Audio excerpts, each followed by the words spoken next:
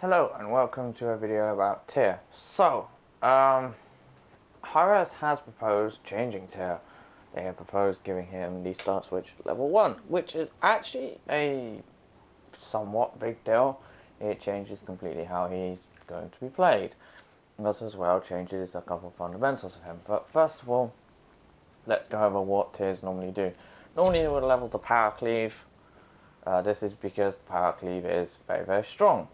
And it's very good at clearing camps. Instead of fearlessing someone into a wall, you can basically hit the entire camp and your jungler will like you. Then after that, at level 2, you then go into the fearless, and then from there, you pretty much have a choice. This choice is going to be pretty much removed from the player, and that is between going with the change stance, if you feel that you need the extra sustain and you want to try and keep up, especially when it comes to wave clear, or if you want to go with the fearless. If you see kill potential, then you go with the power cleave. Simple as that. So, what's going to happen after the patch is, because you're going to have to change starts as default, so you're able to do it automatically. That means there's no real point in putting a point into the fray at all. Yes, it does get cooldown reduction, but then again, the power cleave gets cooldown reduction. And what's better, the cooldown reduction on the power cleave or the cooldown reduction on the chain stance? Honestly, at this stage, will be the power cleave. So most people are going to go into the power cleave. Now, what this does is it means that Tyr gets a higher damage potential, especially early on. He gets to use 2 abilities twice, so 4. Because of how, because Bluestone works the way it does, that means you get to pocket twice. Simple as that. And because you're able to then change stances, it means you're able to get it to proc twice, as well as heal yourself, as well as dash with a wave, which means you're going to have a much easier time clearing waves, especially at those levels, which means you're going to accelerate very quickly to the mid game and potentially get a kill, especially really early on. What Tyrs normally do is they will melee a couple times, or they melee once, then they're fearless, and then power cleave. That's how you're meant to clear camps. Unfortunately, I can't actually show you how it's actually going to work in game at the moment, so you're going to have to disallow the fact that I've gone up 1 level, but this is what your clear will look like, especially when these changes come into being. So you'll do something like this.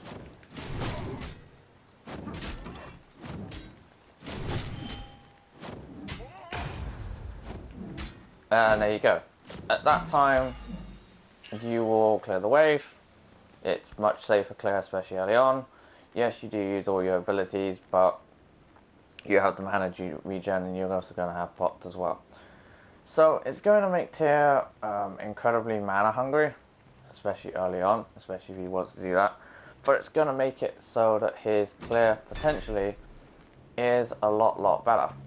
And it also as well is going to increase his damage output. Now, this is where I disagree with Hi-Rez. It's not the fact that they've buffed him, it's the mana which they buffed him and the reasons why they've buffed him. So Hi-Rez's logic and reason is very simple. They feel that this will give him more choice. That's true, but how come you've not done the same thing to other gods? Why is it only Tyr getting this? Could you not done something like this with some Wukong, where he gets a free escape? Possibly. Or could you have not done this with something like Erla? Why Tyr? Tyr is a very special case because Tyr has an ultimate. Compared to the other start switches gods which they did talk about, which is Hel and Ula, these two have very powerful spells, yes, but these spells take a while to ramp up, unlike Tyr, who has very high early game damage. 180 early game is really high. That's just one ability. When you look at his second one, which is 115, which only strikes once, but then he heals 45, that's really high. Tyr has very high base damage. Very high. Because he's a warrior. Compared to Ula, who has high damage, yes, but he takes a while to get it online. And he's also as well is not going to be using his abilities very quickly, because he's going to be Endure Lane, whereas Tyr, because he has blue buff, is going to be using them a lot. So, why this change? I don't understand. In the past, Hyros have said that they have a set of conditions for changing characters, and honestly, I don't feel Tyr meets any of these conditions at all. If anything, I feel that this is the designers trying to uniform the Norse god start switching, which, to be fair, actually does make somewhat sense. But it isn't about choice. You've just made a character stronger. You haven't given him more choice. If anything, you've taken choice away. Plus, as well, you've made him stronger for no real reason. Because Tyr was getting picked. Tyr was a hard god to play, yes, I will admit that. But Tyr was getting picked. People were playing him, people were using him, people were making use of him. So, again, I don't understand. Why are you not changing other gods, but you've decided to change Tyr in this fashion? For me, a better buff to Tyr would have been the ultimate. Making the ultimate so it casts faster, meaning that people can't dodge it as easily, meaning that it becomes a lot better. I don't know, you could have increased the range on it or something. So it isn't just an escape potential thing, or it isn't just a chase kill thing. You can actually use it to initiate on people and people can't juke you. That would have been really good. But they didn't. So I'm really struggling to understand why they've changed this as well. It just doesn't make any sense, especially what they've said to begin with. So this leads me to believe that Hi-Rez hasn't thought this one through too much. I don't mind the change.